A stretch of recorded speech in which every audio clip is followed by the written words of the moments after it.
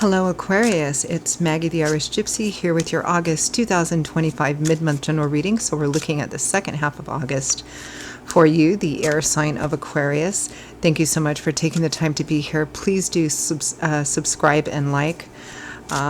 If you know your Sun, Moon, Rising, Venus sign, watch those videos as well for additional insight and perspective.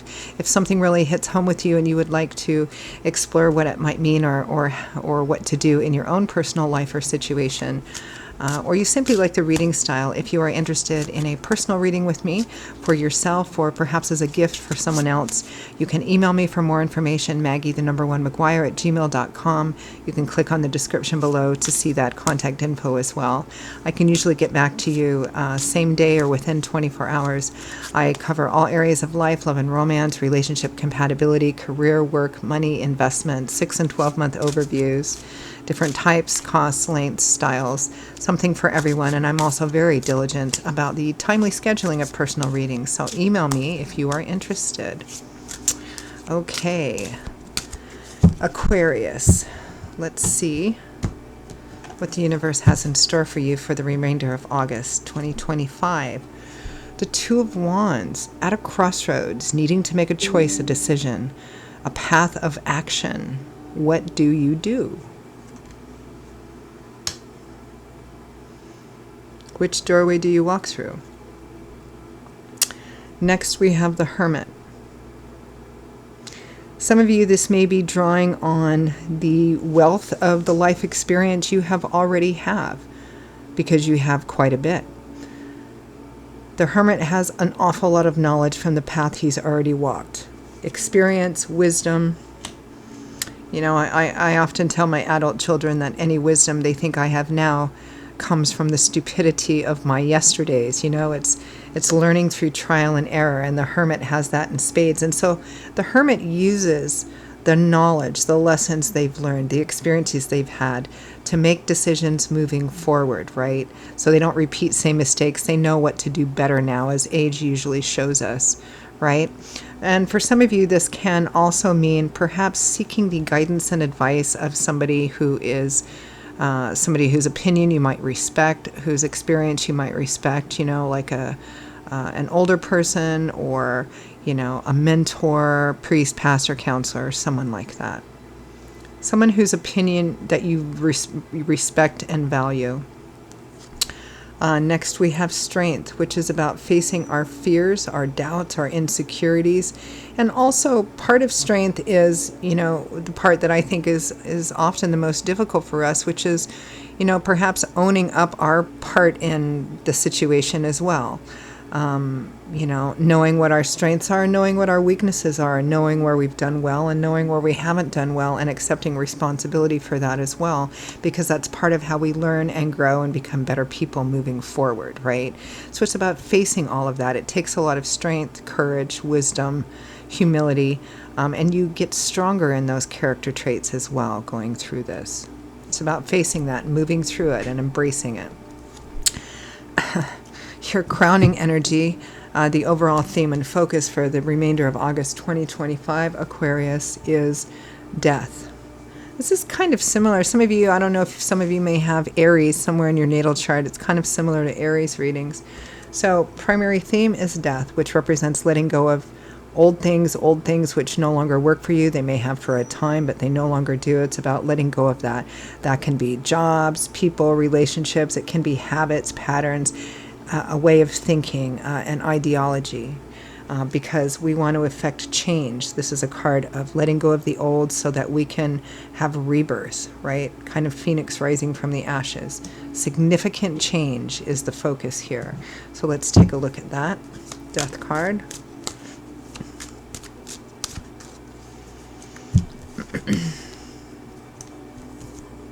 Judgment, another pretty significant major arcana. You've got death, strength, and judgment. Judgment is a call to action. In this deck, you can see there is a cemetery, people rising up from their graves, not in a zombie sort of way, but because the archangel is calling them. It's a call to action, and it's typically a call to action because spirit wants you to make a significant life-changing choice to go down a different path. Sometimes judgment can represent the second chance card, and the implication is that this chance probably won't come along again. So choose carefully, because what does it mean to be judged in judgment? It means that we're called to answer for our actions, choices, and decisions. So it's quite clear here you're being called to make a choice that's going to affect a significant major change in your life. The Knight of Cups and the Ace of Pentacles. A new beginning, a practical new beginning. Could have something to do with job, money, moving, relocating, a combination of all of those, or just, a start, a new path beginning that's likely going to affect your practical day-to-day life. The Knight of Cups is our Knight of love, support, encouragement. You're being asked to make the offer of a new beginning or accept the offer of a new beginning. It's kind of like partnering on a new path. This is a general reading, so depending on which side of the story is, it's making that offer or accepting that offer, because it will change your life. Let's take a look at the Two of Wands. Choice. Do I go through door A? Do I go through door B?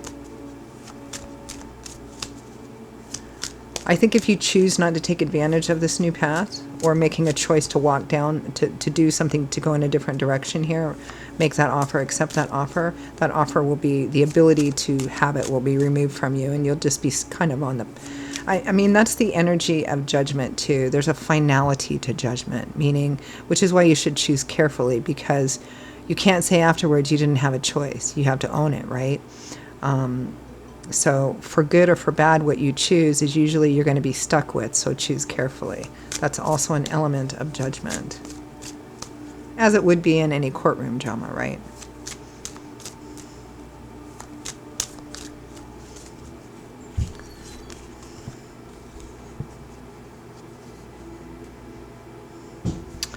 The Emperor, the Seven of Pentacles. Interesting, because the Emperor is attached to the sign of Aries. Aries might be relevant for you somehow.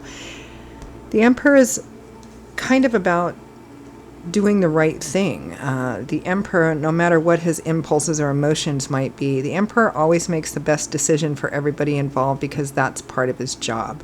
Responsible, accountable, disciplined, determined. This is a question of looking at what you have already invested in something and ask yourself, do I want to grow this even further? Do I want to keep it where it is? I don't think that's an option here.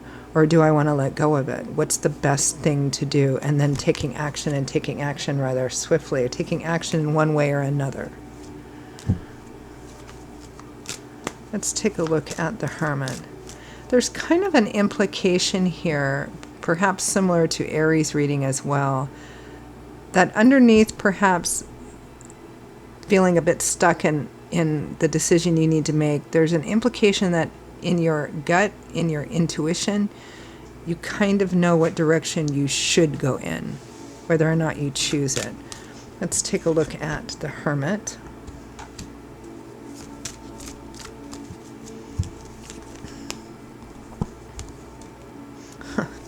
Justice and temperance.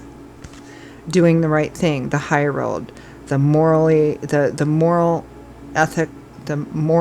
ethical, honorable road, doing what's fair, what's right, what's equitable, what's even, what's fair, what's just.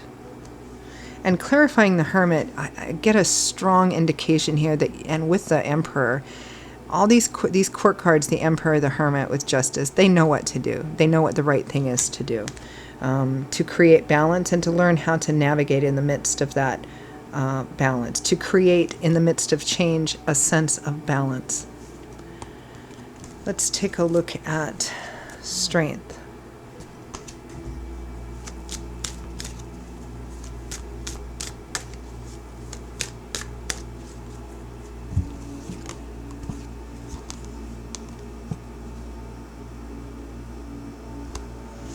Death again with the Five of Wands. I think this represents what you're afraid of. And that's the conflict with the Five of Wands, because death is significant. It's a major change, right? You're being called to make decisions that lead to major change. There's conflict here. Perhaps there are fears and doubts and insecurities. Perhaps this is a path that you tried before. I have no idea what this is. I mean, it might be for some of you in the career work energy area of your life. It might be in the relationship energy of your life. There's conflict about it. And conflict in terms of what to do is typically driven by fear, doubts, and insecurities, right? If I go this path, what if this bad thing happens? And if I go over here, what if this bad thing happens? And if I don't take advantage of this opportunity, what if I never have this opportunity again, right? It's an over-focus on the negative aspects of it without also balancing them with, well, what's the best way this could work out? What are the positive aspects of this? What could be the benefits of this? To kind of weigh those out evenly. And it's a huge significant change as well with the Death card twice. So, I think we've all been through times like this before, right? There is an indication here, though, with all these major arcana cards and specifically Judgment.